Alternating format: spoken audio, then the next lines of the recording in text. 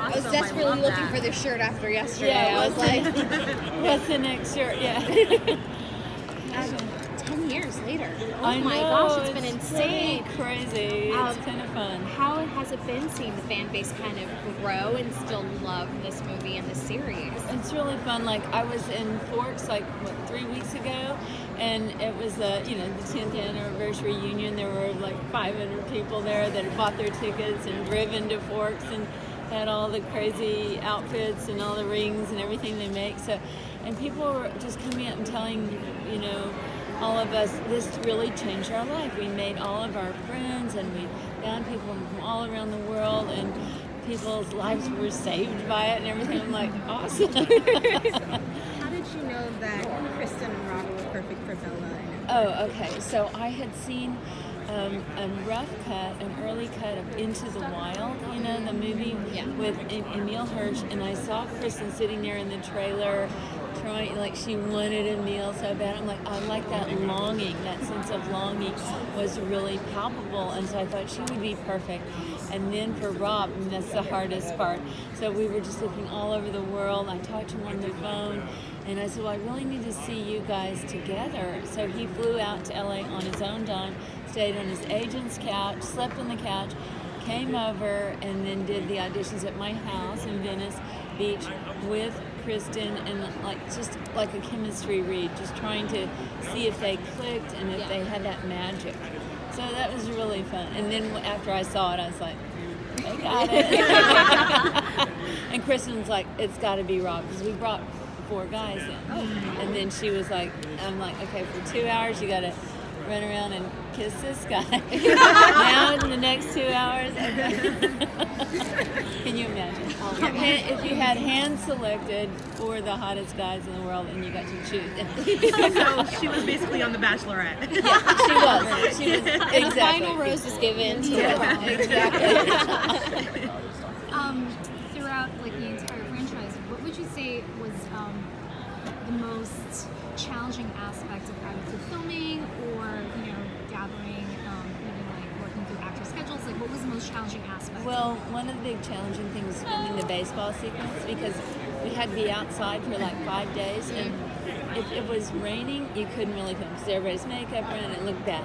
If it was sunny, you can't film because vampires have to sparkle, and it cost a lot in CGI. So if it could only be cloudy, and so you're just like praying to the clouds, please stay. And then if it was a cloudy, then we'd have to run and do something else, like a little scene in a little rain cave we made or something like that. So that was tough. Plus, we wanted to look like badass. Like, how would vampires play baseball? That's kind of weird. And everyone had to learn, Nikki had to learn how to slide, and Ashley had to learn how to pitch, I mean, it's been 10 years, and people have been asking Kristen and Rob, do you kind of want to revisit this world? Stephanie Meyer did create, we never got to see it, but Midnight Sun. And we did get to see her kind of do a gender reversal version of Twilight. If the possibility came around, would you be open to doing that?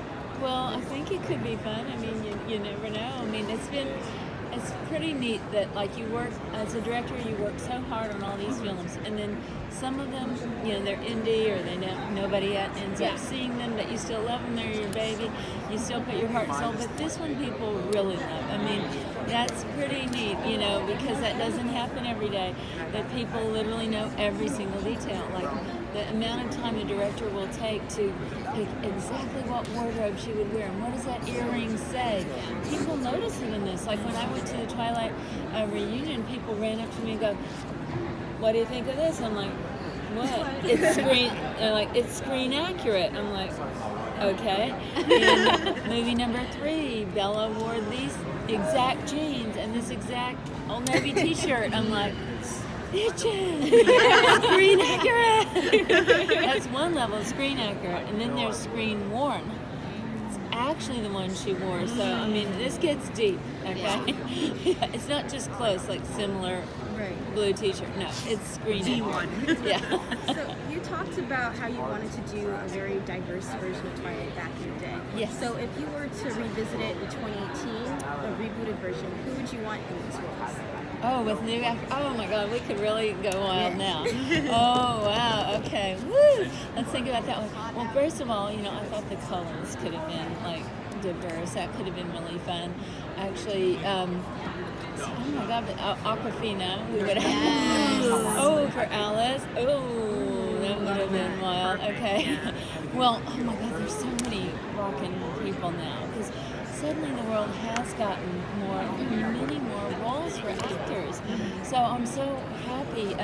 Okay, how about our lovely girl who's in The Hate You Give? Amanda List. Yeah. Oh, she would have been really fun. Yeah. Okay. We would have. I'm only thinking of girls, but we would have had let's just make them all women. Yes.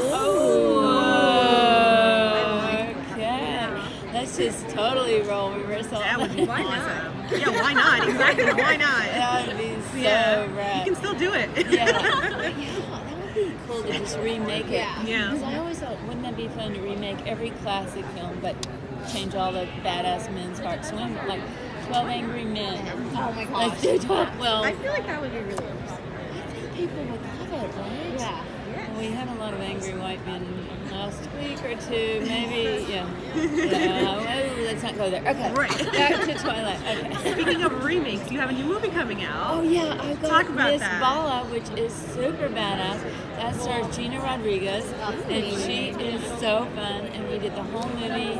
It's in Tijuana. We shot the whole movie there, and the whole cast is from Mexico, except for Anthony Mackie. We have one American, and he's obviously a badass. We love him, and the new I call him the Latino Edward, and Ismael Cruz Cordova, super smoking hot. Wait till you guys see it. You're going to love it. But it was really fun because a studio movie has a Latina lead. That's incredible. Pretty unique. Have you ever heard of that before? I mean, that's pretty positive. Now they did say we wanted to look like James Bond or a low budget, but I'm like, okay.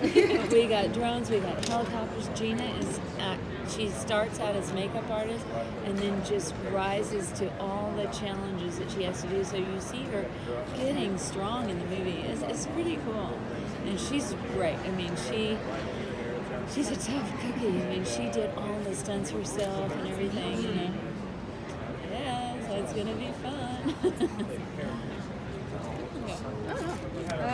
I guess.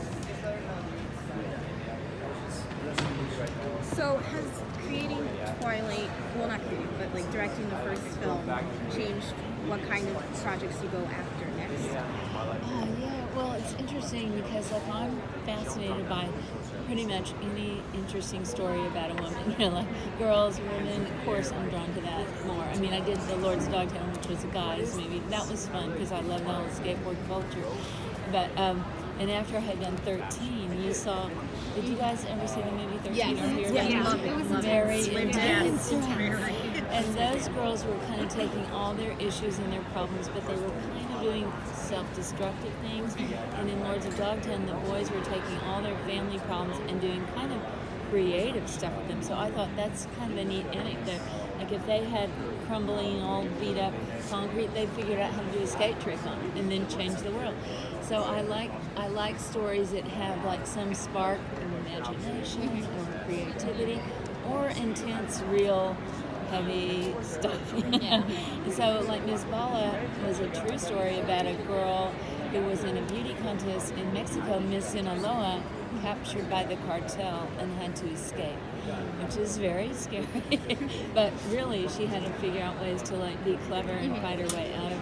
And even the Stockholm syndrome, where the guy liked her and he's attractive, but still this ain't right, that kind of thing. So I'm looking for just like what's the most interesting, kind of out of the box, interesting story we haven't seen. Yeah.